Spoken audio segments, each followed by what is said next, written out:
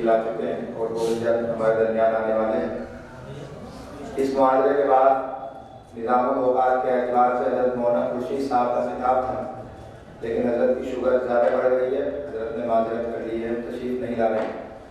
لہٰذا حضرت مولانا سہیل صاحب کے 2 مقالے تھے، ایک تو وحدت الوجود اور اسی کے ساتھ مسائل متفرقہ، انشاءاللہ وہ آپ کے سامنے تفصیل کے ساتھ اس عنوان پر گفتگو فرمائیں گے۔ آپ حضرات سماعت فرمائیں۔ میں دعوت دیتا ہوں حضرت مولانا محمد سہیل صاحب قاسمی، استاد مدرسہ خادم العلوم باغوبر۔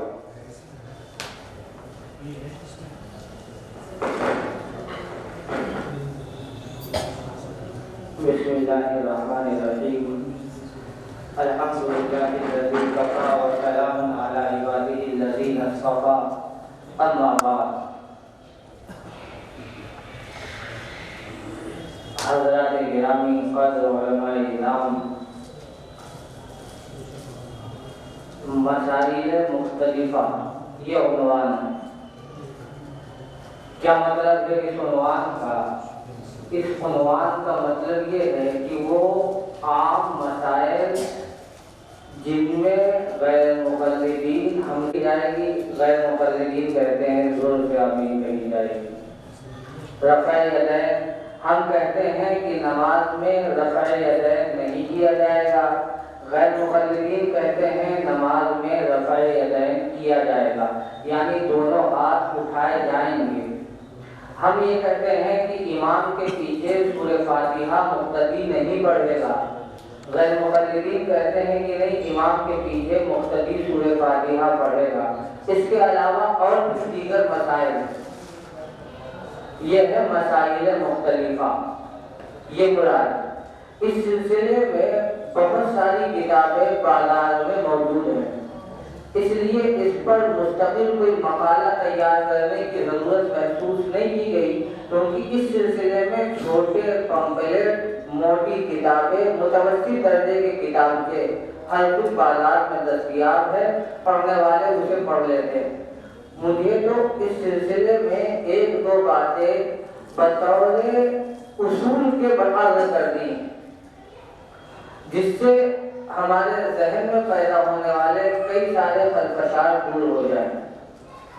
پہلی بات بعض حضرات کی طرف سے یہ آتی ہے، خود ہمارے اہل علم حضرات کی طرف سے بھی اور غیر مقلدین کی طرف سے بھی، کہ جو آمین بالجہر اور رفع یدین وغیرہ کے مسائل ہیں،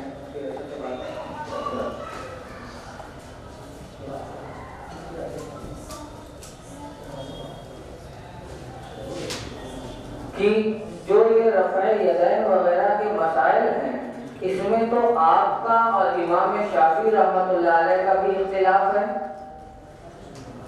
آمین بالجہر میں بھی آپ کا اور امام شافعی رحمۃ اللہ علیہ کا اختلاف ہے، قرات خلف الامام میں بھی آپ کا اور امام شافعی کا اختلاف ہے۔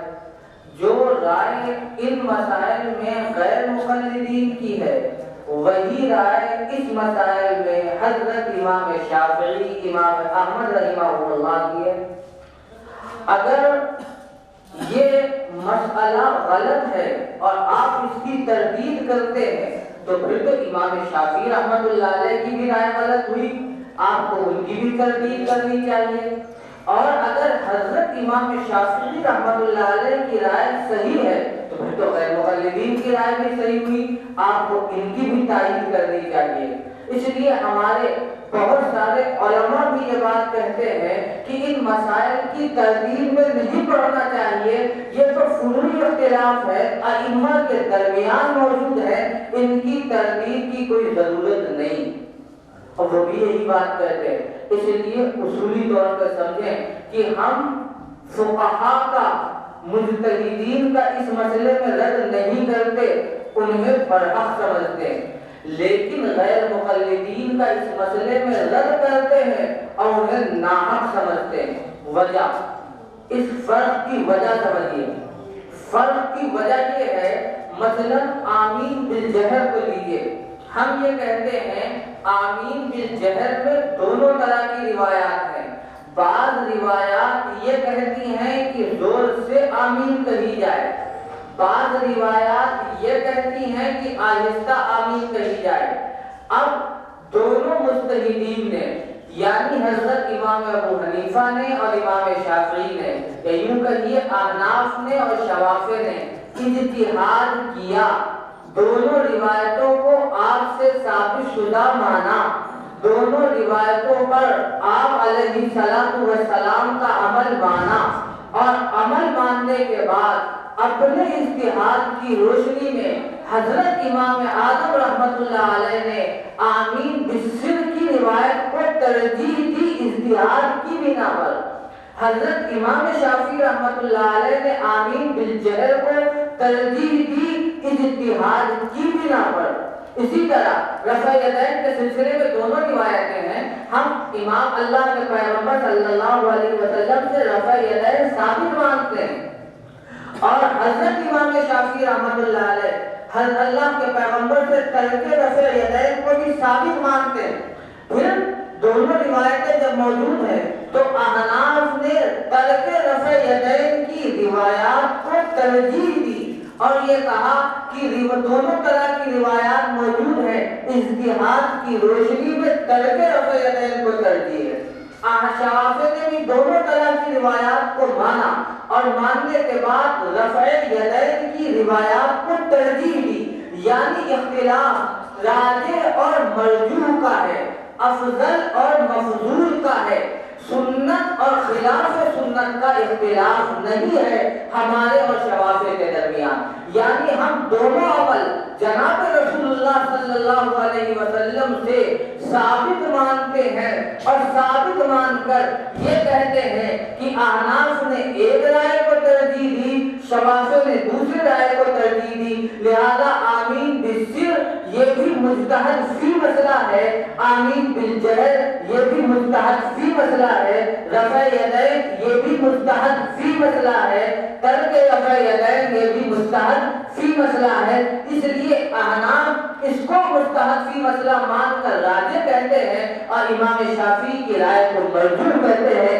امام شافعی رحمۃ اللہ علیہ بھی اپنے مجتہد فی مسئلے کو راجح مان کرتے ہیں اور امام ابو حنیفہ کے مجتہد فی مسئلے کو مرجوح کہتے ہیں، لہذا ہمارا اور شوافع کا اختلاف راجح اور مرجوح کا ہے، افضل اور مفضول کا ہے، سنت اور خلاف سنت کا اختلاف نہیں ہے۔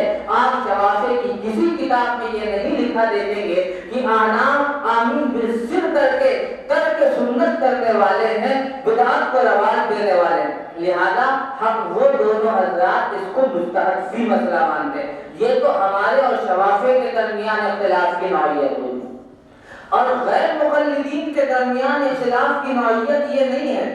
غیر مقلدین یہ کہتے ہیں آپ صلی اللہ علیہ وسلم نے آمین بالجہر کیا، آمین بالسر کرنے والے ترک سنت کرنے والے ہیں، بدعت کرنے والے ہیں، آمین بالجہر کرنے والے سنت کو ٹھکرانے والے ہیں، بدعت کو ترتیب دینے والے ہیں۔ اور یہ بات میں اپنی طرف سے نہیں کہہ رہا، غیر مقلدین کے مکتبے سے شائع شدہ کتاب ہے، کتاب کا نام ہے احناف کا حدیث رسول سے اختلاف، کتاب کا نام حوالہ دے رہا ہوں، کتاب کا نام ہے احناف کا حدیث رسول سے اختلاف۔ اس کے مصنف دن پہلے آمین بالجہر کا بالسر کا مسئلہ احناف کا نقل کرتے ہیں کہ دیکھو احناف نے ہدایہ میں یہ لکھا اور نورا میں یہ لکھا، قدوری میں یہ لکھا، قرض میں یہ لکھا، اس کے بعد آمین بالجہر کی روایت نقل کرتے ہیں اور جو بد دیانتی اور خیانت سے کام لیتے ہوئے یہ کہتے ہیں دیکھو احناف آمین بالسر کے قائل ہیں، نبی پاک صلی اللہ علیہ وسلم کی حدیث آمین بالجہر کو بتاتی ہے، بتاؤ تم احناف کی رائے کو اختیار کرو گے یا رسول اللہ کی رائے کو؟ یعنی انہوں نے اس مسئلے کو اجتہادی مسئلہ نہیں بنایا بلکہ نبوت کا مسئلہ بنا دیا، اجتہادی مسئلہ نہیں بنایا، نبوت کا مسئلہ بنایا، اور جو مسئلہ نبوت کا بن جائے گا ظاہر بات ہے اس کا خلاف کرنے والا ترک سنت کرنے والا ہوگا، اس لیے انہوں نے ہمیں ترک سنت کرنے والا قرار دیا۔ یہی حال انہوں نے آمین رفع یدین میں کیا، پہلے احناف کے فتاووں کو نقل کیا کہ احناف ترک رفع یدین کے قائل ہیں، اس کے بعد پھر حدیث رسول نقل کی کہ نبی پاک صلی اللہ علیہ وسلم نماز میں رفع یدین کرتے تھے، اور پھر لکھتے ہیں اے میرے دوستوں یہ بتاؤ اب اللہ کے رسول کی حدیث پر عمل کرو گے یا حدیث کے خلاف جو احناف نے فتویٰ دیا ہے اس پر عمل کرو گے؟ یعنی احناف کے مسئلے کو انہوں نے حدیث پیغمبر کے مقابل میں لا کر کھڑا کر دیا، جس سے یہ محسوس ہوتا ہے کہ یہ مسئلہ نبوی مسئلہ ہے۔ آمین بالجہر کرنا یہ نبوت کا فیصلہ ہے، آمین بالسر نبوت کا فیصلہ نہیں ہے، رفع یدین یہ نبوت کا فیصلہ ہے، ترک رفع یدین نبوت کا فیصلہ نہیں ہے۔ تو ایک طرف انہوں نے نبوت کے فیصلے کو رکھا اور اس کے مقابلے میں احناف کو لائے، تو گویا کہ انہوں نے اس کو نبوی فیصلہ مانا۔ یہ فرق ہے احناف اور شوافع کے درمیان اختلاف میں، احناف اور غیر مقلدین کے درمیان اختلاف میں۔ ظاہر بات ہے، اب آپ بتاؤ اگر کوئی مجتہد فی مسئلے کو نبوی مسئلہ کہے گا اس سے ہمارا اختلاف ہوگا۔ ہم یہ کہیں گے اگر تم اجتہادی مسئلے کو نبوت کا مسئلہ کہو گے، مجتہد کی رائے کو نبی کی رائے کہو گے، یہ نبی پر الزام ہے، نبی پر بہتان ہے، نبی پر ایک قسم کی زیادتی ہے۔ اس لیے اس رائے کے خلاف ہم دلائل دیتے ہیں، اور امام شافعی رحمۃ اللہ علیہ اس کو مجتہد فی مسئلہ مانتے ہیں، اس لیے ان سے ہمارا کوئی اختلاف نہیں۔ اختلاف کی بنیاد مسائل کا اختلاف نہیں، طرز اجتہاد کا اختلاف ہے۔ وہ یہ کہتے ہیں کہ یہ مسئلہ اجتہادی نہیں ہے، نبوت کا فیصلہ ہے، اور نبوت کے فیصلے کے خلاف کرنے والا، ترک سنت کرنے والا، بدعت کو رواج دینے والا ہے۔ اس لیے سارے کے سارے دیوبندی بدعتی ہیں، ترک سنت ہیں، اور انہوں نے یہاں تک فتوے میں لکھا کہ کسی حنفی کے پیچھے نماز پڑھنے سے نماز ادا نہیں ہوتی۔ اور آگے آپ کو میں فتاوی بتاؤں، ان کے فتاوے میں یہ بات لکھی ہوئی ہے کہ جو حنفی کے پیچھے نماز پڑھے، جو حنفی سورہ فاتحہ کو نہ پڑھتا ہو تو وہ خلاف سنت کرنے کی وجہ سے اس اسلام سے نکل جائے گا اور اس کا نکاح ٹوٹ جائے گا، اس پر اس کلمہ طیبہ کو پڑھنا اور دوبارہ نکاح کرنا لازم ہے۔ بتاؤ انہوں نے اس کو نبوت کا مسئلہ بنا کر اہل سنت و جماعت احناف دیوبند کے خلاف زبان کو کھولا، اور اس کے بعد انہوں نے کفر کے فتوے لگائے، تجدید ایمان کا دعویٰ کیا، تجدید نکاح کا دعویٰ کیا۔ اس لیے ہم نے کہا اگر تم اسلام پر ڈاکہ ڈالتے ہوئے اس مجتہد فی مسئلے کو نبوت کا مسئلہ کہو گے تو دلائل کی دنیا میں تم سے بات کی جائے گی، اور امام شافعی کی طرح اگر تم بھی مجتہد فی مسئلہ مانو تو ہمیں کوئی اختلاف نہیں ہے، وہ بھی مجتہد فی مسئلے پر عمل کرتے ہیں، ہم بھی مجتہد فی مسئلے پر عمل کرتے ہیں۔ مجتہد فی مسائل میں راجح اور مرجوح کا اختلاف ہوتا ہے، حق اور باطل کا اختلاف نہیں ہوتا، سنت اور بدعت کا اختلاف نہیں ہوتا۔ اگر تم اسے راجح اور مرجوح کا اختلاف مانتے، اجتہاد کا اختلاف مانتے تو تم بدعت اور سنت کا فرق نہ کرتے، تم حق اور باطل کا فرق نہ کرتے۔ تم نے چونکہ اس کو حق اور باطل کا معیار بنایا، حق اور باطل کے طور پر فرق کیا ہے، اس لیے ہم یہ کہتے ہیں کہ ہمارا دلائل کے ساتھ تمہارے ساتھ مقابلہ ہوگا، کیونکہ تم نے اجتہادی مسئلے کو نبوت کا مسئلہ بنایا، تم نے مجتہد کی رائے کو نبی کی رائے کہا، اور امام شافعی نے نبوت کا مسئلہ نہیں بنایا، نبی کی رائے نہیں کہی بلکہ مجتہد کی رائے کہی۔ اس لیے ہمارا امام شافعی سے اختلاف نہیں ہے، تم سے اختلاف ہے طرز استدلال کے بدلنے کی وجہ سے۔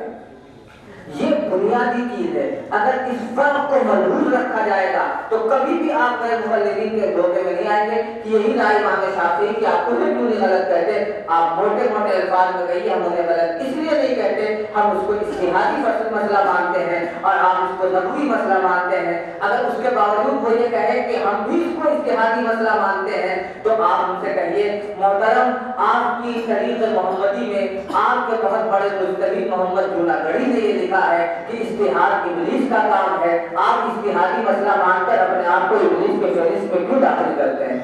آپ تو کم سے کم ابلیس نہ بنے۔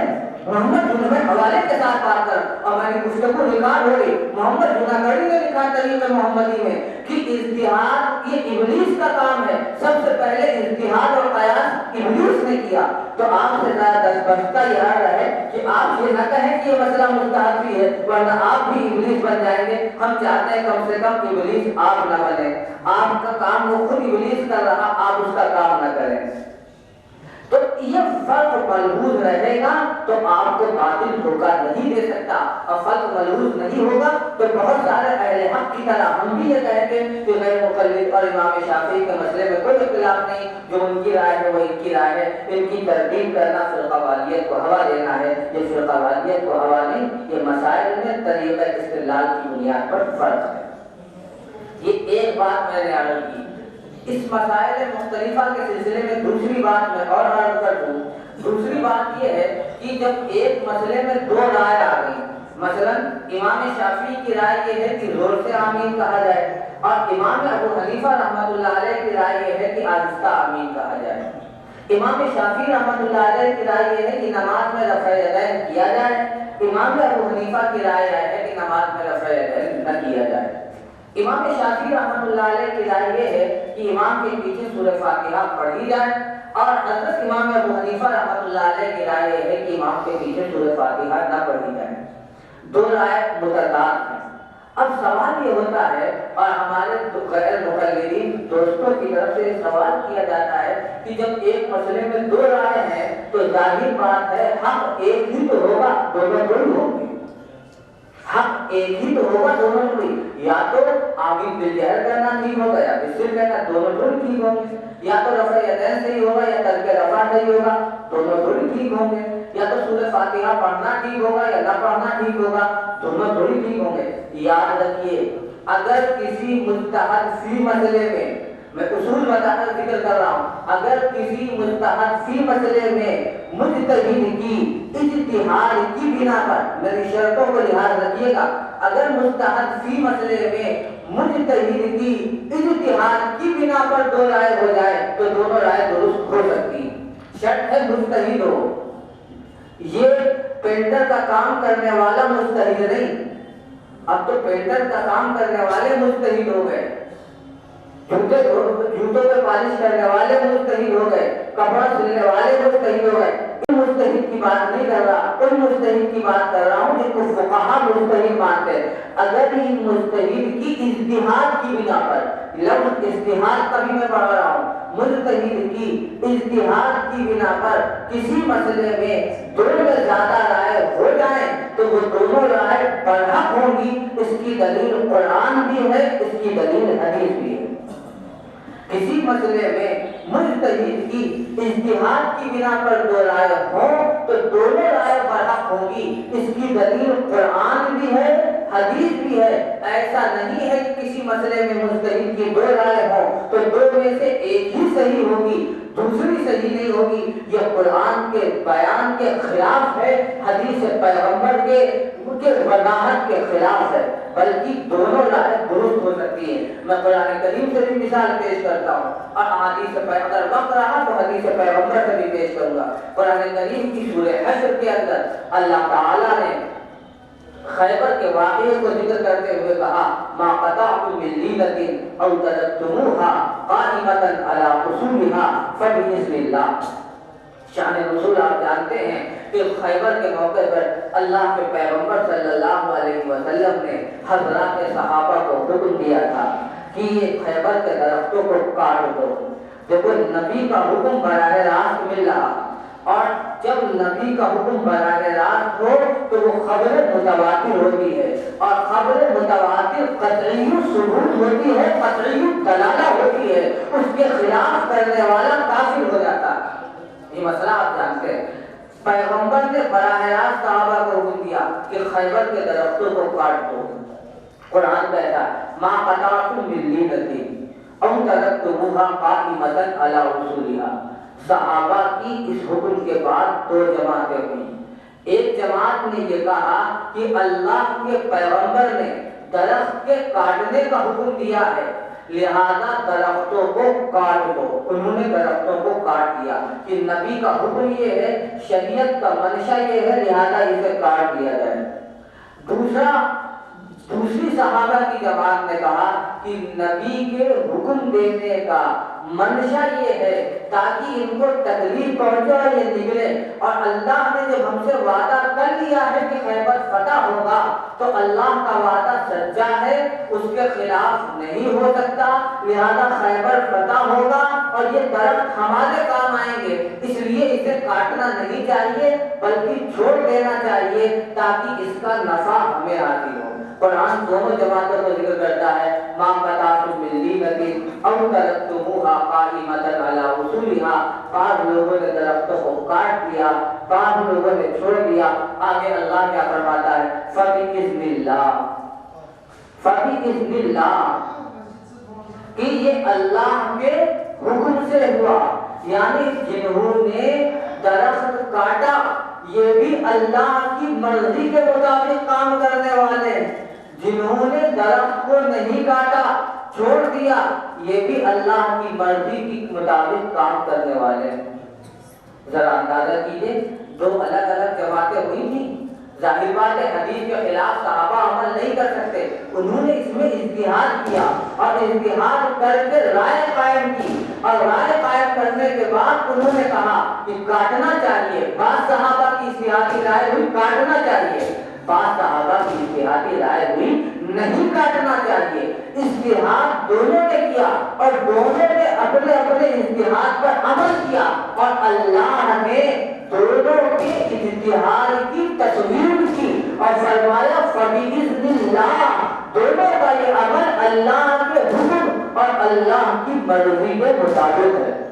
بتاؤ اگر یہی بات ہے کہ اجتہاد کے اندر ایک جانب حق ہے دوسری جانب باطل ہے تو اللہ صحابہ کے اس اجتہاد کو، دونوں اجتہادوں کو درست کیوں کہہ رہے؟ قرآن کی یہ آیت اس بات پر دال ہے کہ اگر کوئی مجتہد اجتہاد کرے اور دو متضاد اجتہاد ہوں تو دونوں مجتہدوں کی رائے صحیح ہوتی ہے۔ اللہ نے فبإذن اللہ کہہ کر دونوں کی تائید کی ہے اور دونوں کی تصویر کی۔ یہ ایک دلیل، یہ صحابہ کا عمل ہوا۔ ایک دوسری دلیل موجود ہے، آپ نے واقعہ سنا ہوگا، وَدَاوُودَ وَسُلَيْمَانَ إِذْ يَحْكُمَانِ فِي الْحَرْثِ إِذْ نَفَشَتْ فِيهِ غَنَمُ الْقَوْمِ وَكُنَّا لِحُكْمِهِمْ شَاهِدِينَ فَفَهَمْنَاهَا سُلَيْمَانَ وَكُلًّا آتَيْنَا حُكْمًا وَعِلْمًا۔ اس کا بھی ایک تفصیلی واقعہ امام قرطبی رحمۃ اللہ علیہ نے نقل کیا، اور امام قرطبی نے اس آیت کے تحت 16 مسائل کا استنباط کیا۔ امام قرطبی نے اس آیت کے تحت 16 مسائل کا استنباط کیا۔ میں ان تمام مسائل کو ذکر نہیں کروں گا، میں واقعے کا خلاصہ اس سے استدلال عرض کرتا ہوں۔ واقعہ کیا ہوا؟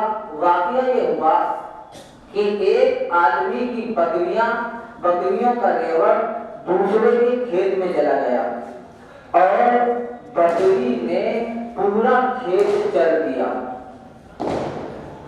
کھیت کھا گئی۔ اب اس مالی کا یا اس کسان کا جو کھیت تھا اسی پر اس کا سارا دار و مدار تھا، اب اس کا کھیت کھا گئی، وہ اپنے بچوں کا پیٹ کیسے پالے گا؟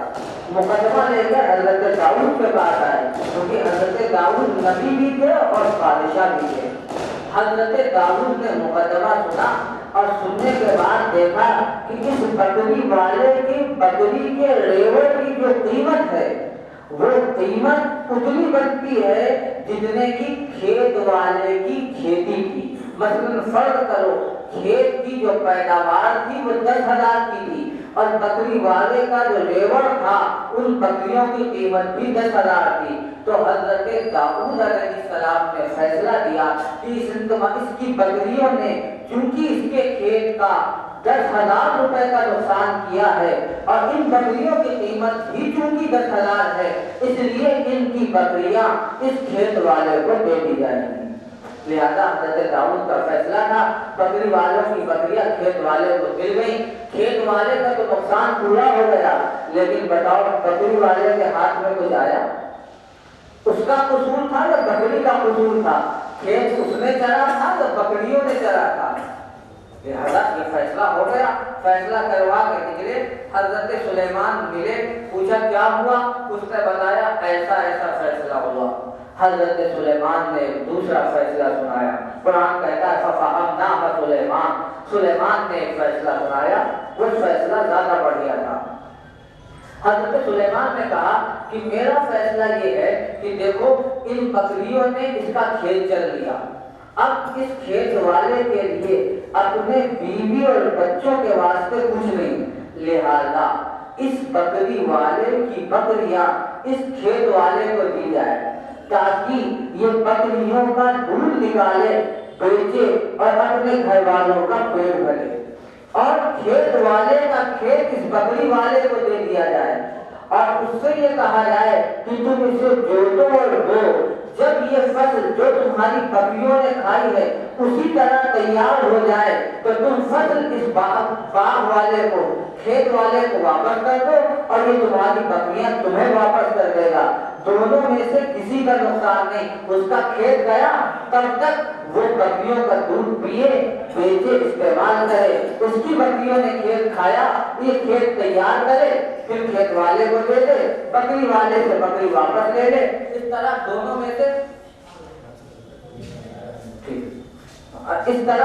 دونوں میں سے کسی کا نقصان نہیں ہوگا. حضرت سلیمان نے فیصلہ کیا.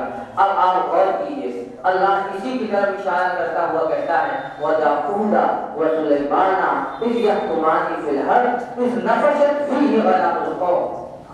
حضرت سلیمان اور حضرت داؤد دونوں نے فیصلے کیے تھے اس بکری کے مسئلے میں. وَكُنَّا لِحُكْمِهِمْ شَاهِدِينَ. آج اس جملے پر غور کرو. اللہ فرمایا وَكُنَّا لِحُكْمِهِمْ شَاهِدِينَ، ہم ان کے فیصلے کے وقت موجود تھے، ہم نگرانی کر رہے تھے. کیا مطلب؟ جب اللہ کسی فیصلے کو دیکھ رہا ہو، نگرانی کر رہا ہو، تو مطلب یہ ہوتا ہے کہ اللہ اس کی تردید کر رہا. آپ سے کوئی کہے کہ یہ کام کیسا ہوا، آپ کہیں میری نگرانی میں ہوا، مطلب غلط ہوا، مطلب یہ ہوتا صحیح ہوا. اللہ فرمایا وَكُنَّا لِحُكْمِهِمْ شَاهِدِينَ، ہم اس فیصلے کے وقت موجود تھے، نگراں تھے، دیکھ رہے تھے. معنی یہ ہے اللہ دونوں کے فیصلے کی تائید کر رہا ہے اور اس کے بعد حضرت سلیمان کے فیصلے کو عمدہ کہہ رہا فَفَهَمْنَاهَا سُلَيْمَانَ. اور پھر دونوں کی تائید کرتے ہوئے اللہ نے فرمایا وَكُلًّا آتَيْنَا حُكْمًا وَعِلْمًا، ہم نے دونوں میں سے ہر ایک کو حکمت بھی عطا کی تھی، علم بھی عطا کیا تھا. علم اور حکمت کی بنیاد پر ان کا فیصلہ ہے، اپنے نفس کی بنیاد پر فیصلہ نہیں ہے. جب علم اور حکمت کی بنیاد پر فیصلہ ہے تو یہ فیصلہ برحق ہے. میں دیکھو یہاں بھی دو فیصلے ہوئے، حضرت سلیمان کا فیصلہ الگ ہوا، حضرت داؤد کا فیصلہ الگ ہوا، اور اللہ نے دونوں فیصلوں کو درست کہا. اور امام قرطبی رحمۃ اللہ علیہ تفسیر قرطبی میں اسی آیت کے ضمن میں تحریر فرماتے ہیں جس کا حاصل اور خلاصہ یہ ہے کہ یہ آیت یہ بتاتی ہے کہ اگر مجتہد اجتہاد کرے اور اجتہاد میں مجتہد کی دو رائے ہو جائیں تو وہ دونوں رائے صحیح ہوگی، یہ مجتہد بھی حق پر ہوگا، یہ مجتہد بھی حق پر ہوگا، اس کی رائے بھی درست ہوگی، اس کی رائے بھی درست ہوگی. یہ امام قرطبی رحمۃ اللہ علیہ نے اجتہاد کیا اور امام قرطبی نے اس آیت کا سے یہ استنباط کیا. اسی طرح امام قرطبی رحمۃ اللہ علیہ نے ایک دوسرا استنباط اس کے آیت کے ضمن میں لکھا. اس سے یہ بھی پتہ لگتا ہے کہ جب دونوں کا فیصلہ، دونوں کا اجتہاد درست ہو، یعنی دونوں مجتہد کی رائے درست ہے، تو دونوں مجتہد معذور ہوں گے، یعنی دونوں مجتہد کو ثواب ملے گا، دونوں مجتہد کو ثواب ملے گا. جس نے یہ اجتہاد کیا اسے اور اس نے جو اجتہاد کیا دونوں مجتہد کو ثواب ملے گا.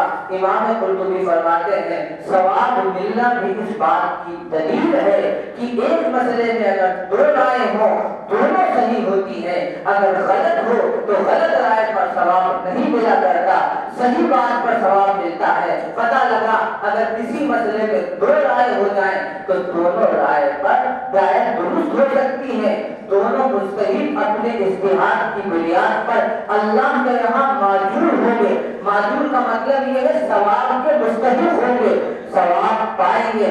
لہذا اگر یہ مضمون قرآن سے ثابت ہے پھر ہم یہ کہہ سکتے ہیں کہ اگر مجتہد کسی مسئلے میں اجتہاد کرتا ہے، امام شافعی رحمۃ اللہ علیہ کی ایک رائے ہوتی، امام ابو حنیفہ کی دوسری رائے ہوتی، اس میں کوئی ضروری نہیں ہے کہ ایک کی رائے صحیح ہو دوسری کی رائے غلط ہو، بلکہ دونوں کی رائے صحیح ہو سکتی ہے۔ یہ قرآن اس پر گواہ، قرآن کریم کی دو آیتیں پیش ہیں، احادیث بھی بہت ساری، بخاری شریف میں بھی روایت ہے، ابو داؤد میں بخاری کی روایت پیش کرتا ہوں۔ حدیث کا حاصل اور خلاصہ یہ ہے، ابھی جس طرح کہا تھا کہ اللہ کے پیغمبر نے کہا تھا بنو قریظہ میں جا کر نماز پڑھو، اثر کی بعض صحابہ نے اس مسئلے میں اجتہاد کیا اور یہ کہا کہ اللہ کے پیغمبر کا مطلب یہ تھا کہ اتنی جلدی پہنچنا کہ تم بنو قریظہ میں پہنچ جاؤ، اور دوسرے صحابہ نے کہا نہیں، اللہ کے پیغمبر کا مطلب یہ تھا کہ راستے میں رک کر نماز نہیں پڑھنا بلکہ بنو قریظہ میں جا کر نماز پڑھنا۔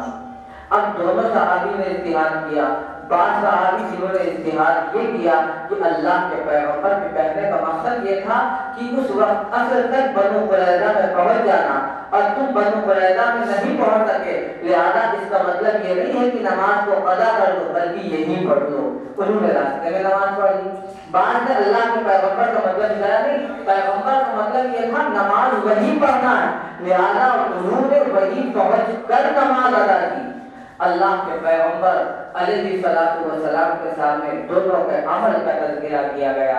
اللہ کے حبیب نے دونوں کی تصویر فرمائی، دونوں کو درست قرار دیا اور دونوں کے بارے میں یہ کہا کہ ان کی رائے بھی ٹھیک ہے، ان کی رائے بھی ٹھیک ہے، انہوں نے جو عمل کیا یہ بھی صحیح کیا، انہوں نے جو عمل کیا یہ بھی صحیح کیا، ان کے عمل پر بھی انہیں ثواب مل رہا، ان کے عمل پر بھی انہیں ثواب مل رہا۔ ذرا غور کریں، یہاں اس حدیث کی بخاری میں روایت ہے، اس حدیث میں بھی غور کریں، یہاں بھی صحابی کی دو رائے ہو گئی ہیں، دونوں نے اجتہاد کیا۔ ایک اجتہاد اس نقطۂ نظر پر پہنچا کہ راستے میں نماز پڑھ لو، پیغمبر کے کہنے کا مقصد یہ تھا کہ اثر تک وہاں پہنچ جانا۔ دوسرے کا اجتہاد اس نقطۂ نظر پر پہنچا کہ اثر کی نماز وہیں پہنچ کر پڑھنی۔ دونوں میں اختلاف ہوا، دونوں نے اپنے رائے پر اجتہاد پر عمل کیا، اللہ کے پیغمبر نے دونوں کے اجتہاد کو صحیح قرار دیا۔ اس حدیث سے پیغمبر سے پتہ لگتا ہے اگر مجتہد اجتہاد کرے اور دو مجتہد کا اجتہاد الگ الگ ہو جائے تو دونوں کا اجتہاد صحیح ہوگا، ایک کا صحیح ہو دوسرے کا غلط ہو، یہ شریعت کا مزاج نہیں ہے، شریعت کا اصول نہیں ہے، شریعت کا ضابطہ نہیں ہے۔ قرآن اور حدیث کی بات کرنے والوں کو چاہیے کہ ذرا قرآن اور حدیث کے اس مضمون کو بھی سمجھیں۔ قرآن نے بھی دو مجتہد کے الگ الگ اجتہاد کو درست مانا ہے، حدیث کی بات کرنے والے بھی اس مضمون کو سمجھیں۔ پیغمبر آقا محمد رسول اللہ صلی اللہ علیہ وسلم نے بھی دونوں کے اجتہاد کو درست مانا ہے۔ اس کا معنی یہ ہے کہ اگر مجتہد اجتہاد کرتا ہے، الگ الگ رائے ہوتی ہے، دونوں کی رائے درست ہوتی ہے، جب یہ مسئلہ سمجھ میں آیا تو پھر ہم سینہ چوڑا کر کے یہ بات کہہ سکتے ہیں کہ احناف نے اجتہاد کیا، دوسرا اجتہاد امام شافعی نے کیا، الحمدللہ دونوں کے اجتہاد کو ہم صحیح مانتے ہیں۔ اس کے اوپر عمل کرنے والا بھی حق کے راستے کا متلاشی ہے، اس پر عمل کرنے والا بھی حق کے راستے کا متلاشی ہے۔ کیوں؟ انہوں نے اجتہادی مسئلہ مانا ہے، جیسا کہ میں نے شروع میں عرض کیا تھا، اور اجتہادی مسئلے میں دو رائے ہوں، دونوں میں سے کسی پر عمل کیا جائے، دونوں رائے پر عمل کرنے والا رائے حق پر چلنے والا ہوتا ہے، کسی کو باطل نہیں کہتے۔ اور تمہارا مسئلہ یہ ہے کہ تم نے اس کو اجتہادی مسئلہ مانا ہی نہیں، ایک جانب حق اور دوسرے جانب باطل مانا ہے، اس لیے تمہارا اس میں اختلاف ہے، ان سے ہمارا کوئی اختلاف نہیں ہے، ہم دونوں کو برحق مانتے ہیں۔ اگر آپ اس مضمون کو سمجھیں گے تو کبھی خلفشات کا شکار نہیں ہوں گے کہ امام شافعی برحق ہیں یا ہم برحق ہیں۔ ہم کہتے ہیں دونوں برحق ہیں، اس سے پوچھو تمہاری دو آنکھیں ہیں، دائیں آنکھ سے دیکھتے ہو یا بائیں آنکھ سے دیکھتے ہو؟ دو آنکھیں، دائیں آنکھ سے دیکھتے ہو یا بائیں؟ آپ یہ کہیں کہ جب دائیں آنکھ سے دیکھیں گے تو بائیں سے کیسے دیکھ سکتے، اور جب بائیں سے دیکھیں گے تو دائیں سے کیسے دیکھ سکتے؟ جناب دائیں اور بائیں دونوں سے بیک وقت دیکھ سکتے ہو. اگر آپ ایک آنکھ بند کر لیں تب بھی دوسری آنکھ سے دکھے گا, دوسری بند کر لیں تب بھی پہلی آنکھ سے دکھے گا, دونوں کھولیں دونوں سے دکھے گا. پتہ لگا دو آنکھ بیک وقت روشنی پہنچا سکتی ہیں, جس طرح ایک آنکھ تنہا روشنی پہنچاتی ہے, اسی طرح ایک رائے ہو وہ بھی بڑھا ہو سکتی ہے, اور مستقل اجتہاد کر کے دو رائے قائم کر لیں وہ بھی بڑھا ہوں گی. اور یاد رکھیے آخری بات عرض کرتا ہوں, مجتہدین کا اختلاف صرف اجتہادی مسائل میں ہے. جو مسئلے نبوت سے ثابت ہے اور آقا صلی اللہ علیہ وسلم نے اس کی تعریف کر دی ہے کہ یہ عمل ہوگا اور یہ عمل منسوخ ہو چکا, اس میں صحابہ کا کوئی اختلاف, فقہاء کا کوئی اختلاف نہیں. مثلا پہلے نماز میں بولنے کی اجازت تھی, پھر یہ آیت نازل ہوئی وَقُولُوا لِلَّهِ قَانِتِينَ تو اس وقت حضرت جابر فرماتے ہیں اُمِرْنَا بِالسُّكُوتِ وَنُهِينَا عَنِ الْكَلَامِ, ہمیں حکم دیا گیا کہ ہم خاموش رہیں اور ہمیں بولنے سے منع کر دیا گیا. اب بتاؤ یہاں خود نبی پاک صلی اللہ علیہ وسلم نے فیصلہ سنا دیا کہ یہ حکم نماز میں بولنے کا پہلے تھا, اب یہ بولنے کا حکم نہیں ہے. بتاؤ اس مسئلے میں کسی فقیہ کا اختلاف ہوا؟